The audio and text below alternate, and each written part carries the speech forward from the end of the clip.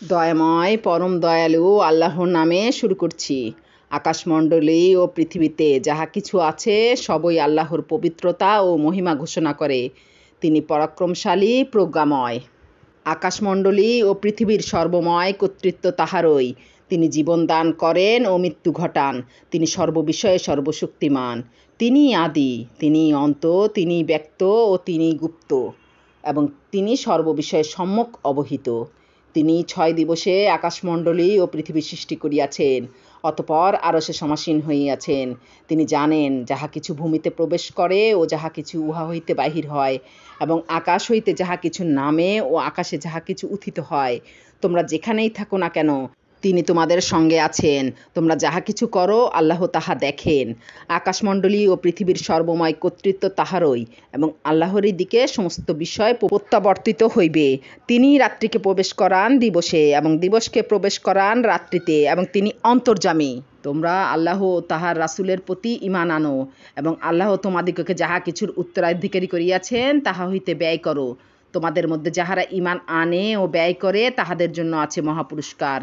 তোমাদের কি হইল যে তোমরা আল্লাহতে ঈমান আনো না, অথচ রাসূল তোমাদিগকে তোমাদের প্রতিপালকের প্রতি ঈমান আনিতে আহ্বান করিতেছে, এবং আল্লাহ তোমাদের নিকট হইতে অঙ্গীকার গ্রহণ করিয়াছেন। যদি তোমরা বিশ্বাসী হও, তিনি তাহার বান্দার প্রতি সুস্পষ্ট আয়াত অবতীর্ণ করেন তোমাদিগকে অন্ধকার হইতে আলোকে আনিবার জন্য।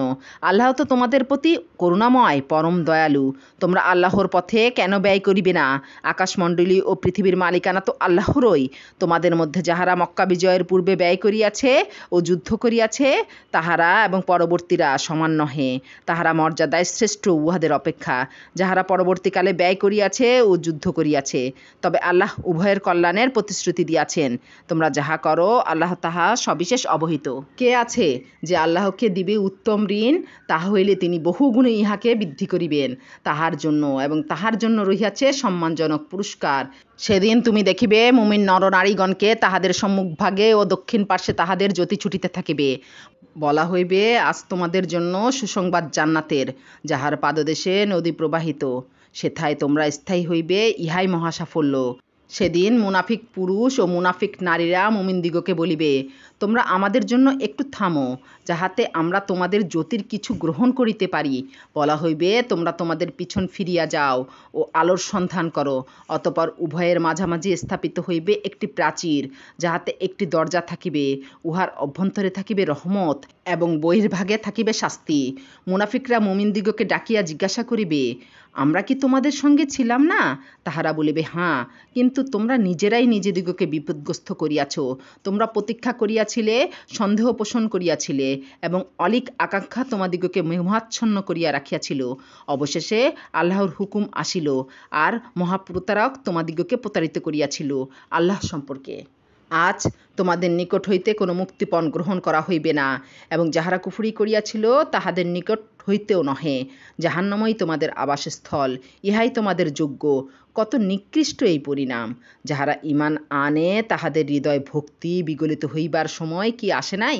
আল্লাহর স্মরণে এবং যে সত্য অবতীর্ণ হইয়াছে তাহাতে, এবং পূর্বে যাহাদিগকে কিতাব দেওয়া হইয়াছিল তাহাদের মতো যেন উহারা না হয়।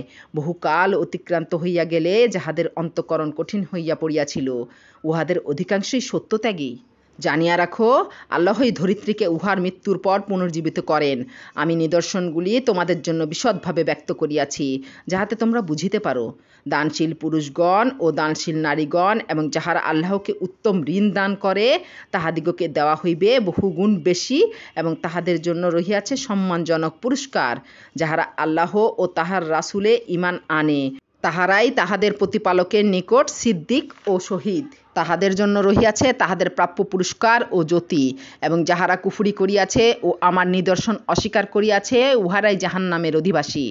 তোমরা জানিয়া রাখো, পার্থিব জীবন তো ক্রীড়া কৌতুক, জাঁকজমক, পারস্পরিক শ্লাঘা, ধন সম্পদ ও সন্তান সন্ততিতে প্রাচুর্য লাভের প্রতিযোগিতা ব্যতীত আর কিছু নয়।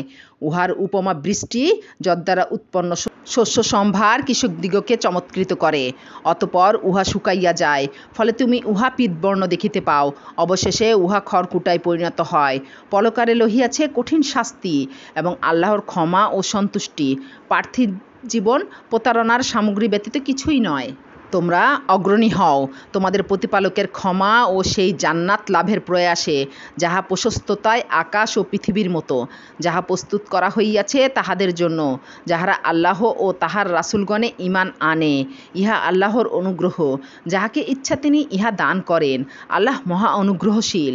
পৃথিবীতে অথবা ব্যক্তিগতভাবে তোমাদের ওপর যে বিপর্যয় আসে, আমি উহা সংঘটিত করবার পূর্বেই উহা লিপিবদ্ধ করিয়া রাখি। আল্লাহর পক্ষে ইহা খুব সহজ। ইহা এই জন্য যে তোমরা যাহা হারাইয়াছ তাহাতে যেন তোমরা বিমর্ষ না হও, এবং যাহা তিনি তোমাদিগকে দিয়াছেন তাহার জন্য হর্ষোৎফুল্ল না হও। আল্লাহ পছন্দ করেন না উদ্ধত ও অহংকারী দিগকে, যাহারা কার্পণ্য করে ও মানুষকে কার্পণ্যের নির্দেশ দেয়। এবং যে মুখ ফিরাইয়া লয় সে জানিয়া রাখুক, আল্লাহ তো অভাবমুক্ত, প্রশংসা পাবার যোগ্য। নিশ্চয়ই আমি আমার রাসূলগণকে প্রেরণ করিয়াছি স্পষ্ট প্রমাণসহ, এবং তাহাদের সঙ্গে দিয়াছি কিতাব ও ন্যায়নীতি, যাহাতে মানুষ সুবিচার প্রতিষ্ঠা করে। আমি লৌহও দিয়াছি, যাহাতে রহিয়াছে প্রচণ্ড শক্তি ও রহিয়াছে মানুষের জন্য বহুবিধ কল্যাণ। ইহা এই জন্য যে আল্লাহ প্রকাশ করিয়া দেন, কে প্রত্যক্ষ না করিয়াও তাহাকে ও তাহার রাসূলগণকে সাহায্য করে। আল্লাহ শক্তিমান পরাক্রমশালী। আমি নূহ এবং ইব্রাহিমকে রাসূলরূপে প্রেরণ করিয়াছিলাম, এবং আমি তাহাদের বংশধরগণের জন্য স্থির করিয়াছিলাম নবুয়ত ও কিতাব, কিন্তু উহাদের অল্পই সৎপথ অবলম্বন করিয়াছিল, এবং অধিকাংশই ছিল সত্যত্যাগী। অতঃপর আমি তাহাদের পশ্চাতে অনুগামী করিয়াছিলাম আমার রাসূলগণকে, এবং আমি অনুগামী করিয়াছিলাম মারিয়াম তনয় ঈসাকে, আর তাহাকে দিয়াছিলাম ইনজিল, এবং তাহার অনুসারীদের অন্তরে দিয়াছিলাম করুণা ও দয়া আর সন্ন্যাসবাদ। উহারা নিজেরাই আল্লাহর সন্তুষ্টি লাভের জন্য প্রবর্তন করিয়াছিল। আমি উহাদের ইহার বিধান দেই নাই, অথচ ইহাও উহারা যথাযথভাবে পালন করে নাই। উহাদের মধ্যে যাহারা ঈমান আনিয়াছিল উহাদিগকে আমি দিয়াছিলাম পুরস্কার, এবং উহাদের অধিকাংশই সত্যত্যাগী। হে মুমিনগণ, আল্লাহকে ভয় করো এবং তাহার রাসূলের প্রতি বিশ্বাস স্থাপন করো। তিনি তাহার অনুগ্রহে তোমাদিগকে দিবেন দ্বিগুণ পুরস্কার, এবং তিনি তোমাদিগকে দিবেন আলো, যাহার সাহায্যে তোমরা চলিবে, এবং তিনি তোমাদিগকে ক্ষমা করিবেন। আল্লাহ ক্ষমাশীল, পরম দয়ালু।